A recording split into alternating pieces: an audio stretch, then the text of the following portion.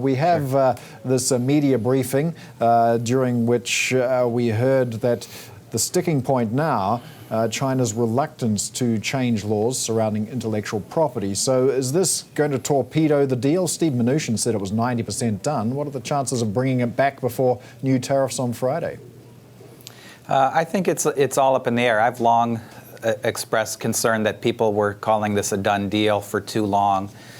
These are big issues. I think the administration wants a deal, but they want a good deal. And negotiating with the Chinese is hard. And there's still some big issues left on the table, including some of the ones that came up last week regarding laws that China needs to change, enforcement measures, and the like. And so these are things which need to be addressed in order to get the deal to the level at which Bob Lighthizer can recommend to the president to accept it.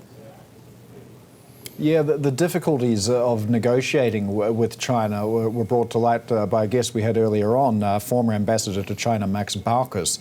Now, he had a feeling that perhaps the U.S. side didn't have the experience to deal with it. So let's have a listen to what he had to say.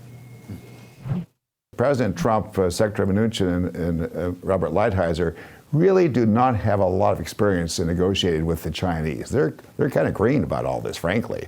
And my experience is that with China, there's a lot of talk. Sometimes they'll backtrack, sometimes not. Just the way it is, you stick with it. You got to be patient, positive, persistent, stick with it. And after a while, you kind of get a deal. So what's your feeling of how the U.S. side's been handling this? I know you've got some opinions on this, including a theory you describe as the crazy uncle strategy. Well, certainly the Trump administration has decided that patience with China is not the best strategy. I think instead what they've decided is to try and scare the bejeebers out of the Chinese with what I call the crazy uncle strategy. That is a president who has his own analysis of what the problem is and is willing to do just about anything to hurt China if that will help bring a deal. And he's threatened the Chinese and many others, and he's followed through on some of those, so he's got some credibility with that.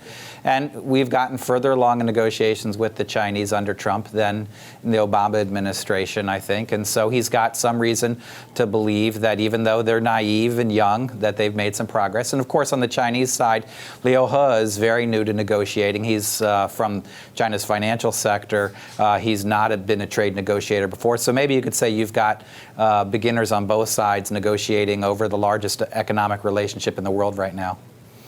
And it seems that with this administration, we're also seeing a pattern of behavior with the Trump administration pulling out of the Paris Climate Agreement, of the Trans-Pacific Partnership, not to mention the Iran nuclear deal. So this optic that the deals with America could be temporary, how risky is that when you're trying to get an enduring trade deal that will stick for the long term? I think you're right. On the one hand, those threats have to be taken seriously, and it's what's gotten the Chinese to the table. But the more times you bring those threats forward, their power is weakened. And so the Chinese have got to feel that even if they make concessions right now, 6 months down the road, a year down the road, the Trump administration will come back and ask for more.